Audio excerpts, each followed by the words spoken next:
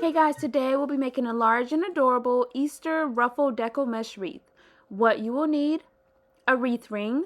I'm using a 24-inch wreath ring this time, which is a pretty large wreath ring, but you can also use a smaller 18-inch wreath ring, 16 or 14-inch wreath ring, whatever you prefer.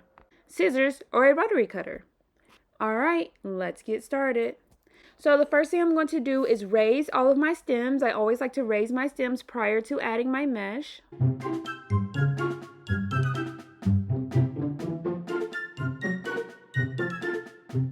Alright, and I have cut my 10-inch mesh into 10-inch long pieces.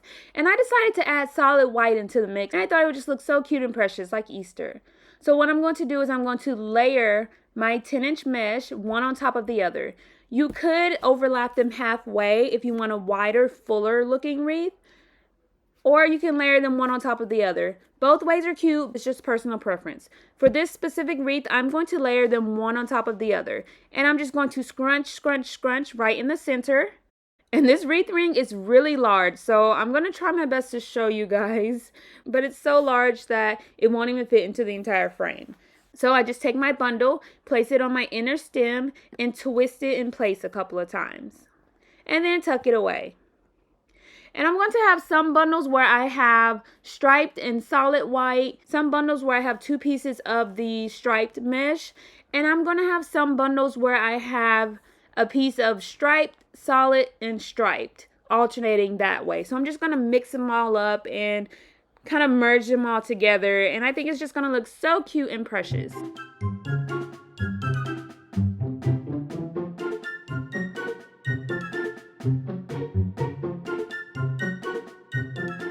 Alright, so I've gotten a couple of bundles in place, and I usually add my bundles just working my way around the wreath ring, but I think this time I'm going to start just placing my bundles throughout the wreath ring. So I'm going to place a couple of my striped and white bundles throughout the wreath ring, and a couple of my striped and striped bundles, and a couple of my striped solid striped bundles, and just place them throughout the wreath ring just so I can see how it's looking and I can evenly disperse them, and it just looks so cute and precious. Again, you can just work your way around the wreath ring, which is what I usually do, but this time I just want to kind of place it throughout and just see how it's looking and decide what I want more or less of as I go along.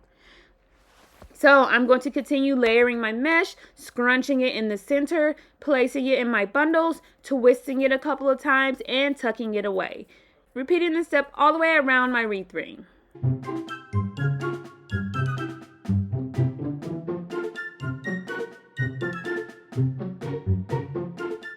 So it's looking so cute and precious already. As you can see, I'm just placing it throughout the wreath ring and coming back and just adding more pieces as I go along. But it's looking so cute and precious. We're just going to continue on until we have our bundles in each of our stems.